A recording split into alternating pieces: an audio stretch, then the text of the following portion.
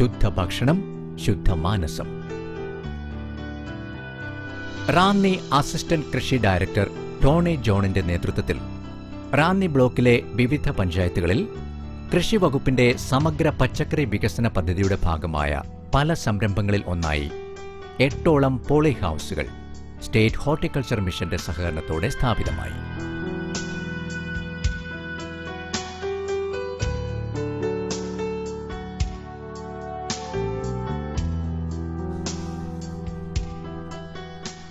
കൂടാതെ കൃഷി വകുപ്പിന്റെ വകയായി 14ഓളം റെയിൻ ഷെൽട്ടറുകൾ നിർമ്മിച്ച് കർഷകർക്ക് കൃഷി ചെയ്യാൻ പര്യാപ്തമാക്കിയിട്ടുണ്ട്. കൃഷി വകുപ്പിന്റെ വെയിറ്റുകൾ പദ്ധതി പ്രകാരം 2015-2014 കാലഘട്ടത്തിൽ 40 സ്ക്വയർ മീറ്റർ തൊട്ട് 4000 സ്ക്വയർ മീറ്റർ വരെ പദ്ധതിയുണ്ട്.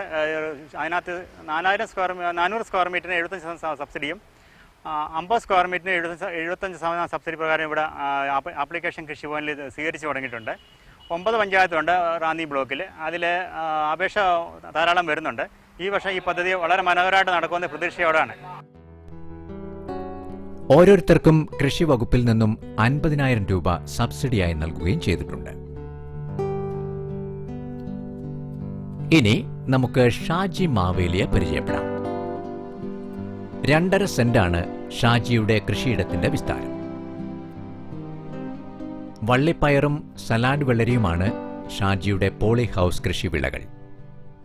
റാന്നി ബ്ലോക്ക് പഴവങ്ങാടി പഞ്ചായത്തിലെ ശ്രീ ഷാജി മാവേലിക്ക് വേണ്ടി കൊടുത്ത റെയിൻ ഷെൽട്ടറാണ്. വെജിറ്റബിൾ ഡെവലപ്മെൻറ്റ് പ്രോഗ്രാം പദ്ധതി പ്രകാരം 2014-2015 2.5 സെന്റ് പോളി റെയിൻ ഷെൽട്ടർ പണിയുന്നതിന് വേണ്ടി 75% സബ്സിഡിയിൽ 50,000 രൂപ ലഭിക്കത്തക്ക വിധത്തിൽ കൊടുത്ത റെയിൻ ഷെൽട്ടറാണ്. റെയിൻ ഷെൽട്ടറിൽ പയർ, കുക്കുംബറാണ് ചെയ്തിരിക്കുന്നത്. എന്നാൽ തന്നെ 10 പോളി റെയിൻ ഷെൽട്ടറാണ് ഇവിടെ കൊടുത്തിരിക്കുന്നത്. ആ 10 പോളി റെയിൻ ഷെൽട്ടറിലും ഡിഫറെൻറ്റ് ടൈപ്പ് ഓഫ് കൃഷിയാണ് ഇവിടെ ചെയ്തിരിക്കുന്നത്.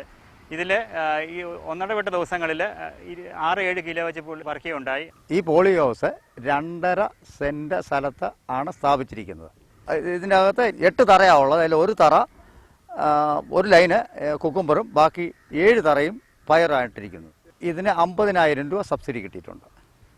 ഇതിനകത്ത് പയറും കുക്കുംബറുമാണ് 3 മാസത്തോളമായി കൃഷി തുടങ്ങിയിട്ട് ഏകദേശം ഈൽഡിങ് പകുതി ഭാഗത്തോളമായി.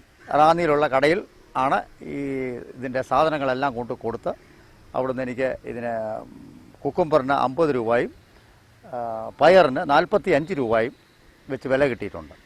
അസിസ്റ്റന്റ് ഡയറക്ടർ ടോണി ജോൺ സാറിൻ്റെ പ്രത്യേക നിർദ്ദേശപ്രകാരം അദ്ദേഹത്തിൻ്റെ ഓഫീസിൽ പോയി യൂണിറ്റിൽ കൊണ്ട് കാണിക്കുകയും ആ യൂണിറ്റിൽ വെച്ച് ഞങ്ങൾക്ക് ഇത് പറഞ്ഞു തരികയും ചെയ്തിട്ടുള്ളതാണ്. ഇതിനകത്ത് ഏതാണ്ട് 85,000 രൂപയോളം ഇതിന് ഇനീഷ്യലാവും. അത് കഴിഞ്ഞ് ഇതിൻ്റെ ഡ്രിപ്പ് ഇറിഗേഷൻ മോട്ടറും കൂടെ ഏകദേശം 1,00,000 രൂപയോളം ഇത് ചിലവാകുന്നുണ്ട്.